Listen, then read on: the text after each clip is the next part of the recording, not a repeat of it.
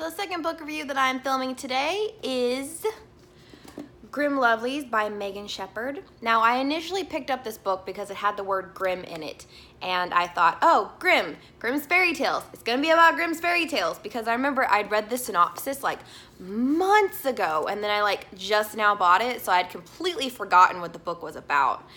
But yeah, it's not about Grimm fairy tales, but I loved it anyway. So once again, we're gonna talk about characters, plot, and chemistry / romance, because those are the three things that I care the most about.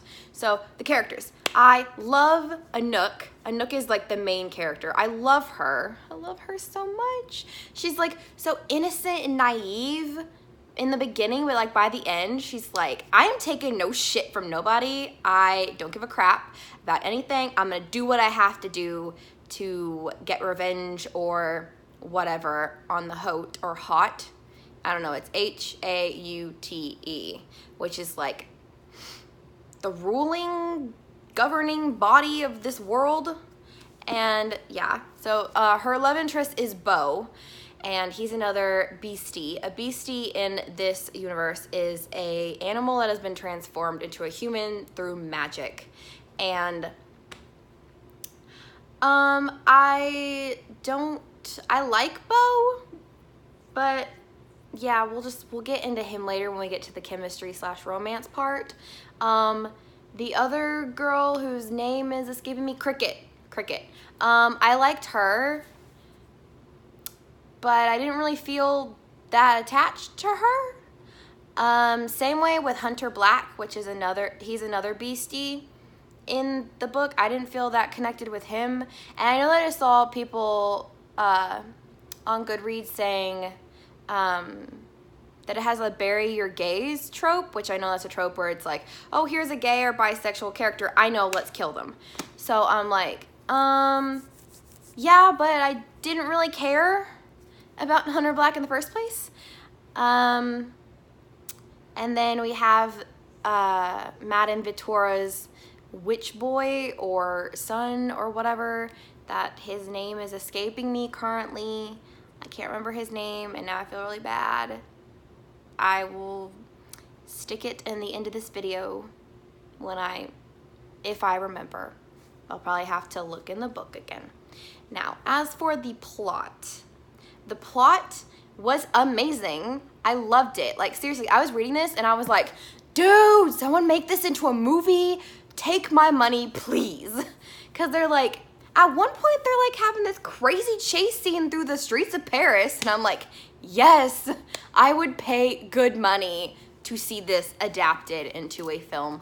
This is one that I'm like, please just give me a film, give me a TV show, give me something. I need this. I need this adapted into something. I need it right now. But yeah, basically the book starts out with Madame Vittora, which is the witch who turned Anouk and her other friends into humans from animals. She's murdered, so they're like, oh crap, gotta figure out who murdered her. And of course the Haute thinks that the beasties did it, so the Haute's after them. This whole book is them trying to prevent their spell from wearing off, because in this universe, when a witch dies, after 3 days, all enchantments that she's ever cast are canceled. Like, they disappear. So if they don't find a way to extend their enchantment or find another master / witch, they will turn back into animals. So their whole thing is like, someone murdered Madame Vittora. They gotta find, so the Haute is after them. They gotta find a new master, or they gotta find a spell or something, and then you find out something really, really big about beasties and like why they were created and how they are created and whatever. And yeah, so I loved this book. I need this to be a movie. Let me just put it that way. Take my money now, please. Now, as for the chemistry / romance, the chemistry between Beau and Anouk, I don't buy it. Because I know it's kind of like the friends to lovers trope, but Anouk is just so innocent and naive that she doesn't really pick up on Beau liking her or having feelings for her. So when he tells her, hey, I love you, by the way, she's like, I'm like, excuse me, what? I mean, like, yeah, there's like cutesy like banter between them in the beginning of the book, but I didn't read it as romance. I read it as best friends and stuff. So when he like comes out and he's like, hey, I love you, I'm like, I don't buy it. Now towards the end, once I had seen more of them together and like their relationship and the chemistry between the two characters, I was like, okay, yeah, I buy it. So I feel like the I love you, instead of it happening within like the first 25% of the book, probably should have been left towards like the end. Like I would have liked it if it had happened to like 75 to 80% through the book. I would have bought it then, but I did not buy it that soon in the book. As like I said, as for the side characters, don't really care. I care more about Madame Vittora's witch boy, or her son, Vigo. That's his name. His name is Vigo. Why did I forget that? Because the whole time I was reading it, I kept picturing Viggo Mortensen from Lord of the Rings, because I was like, oh, okay, his name is Vigo. I love Vigo. Oh my god, he's like the stereotypical like asshole or whatever. Asshole with like a heart of gold, which is my favorite trope ever. But yeah, I liked his interactions with everybody, and his friendship with Hunter Black was very sweet, even though Vigo is very much straight and Hunter Black is gay.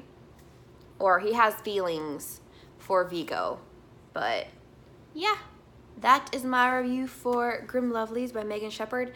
I believe the sequel is out, or it's coming out soon, and I think it's called Midnight Beauties or something like that. So I will definitely have to pick it up when I do my sequel month, which will probably be like September or November, sometime around there, because there's a lot of sequels coming out in like the last half of the year that I really want to get to, because they're sequels to books that I read last year, which that's my goal. So yeah, that was my book review for Grim Lovelies by Megan Shepherd. I will see you guys later. Bye!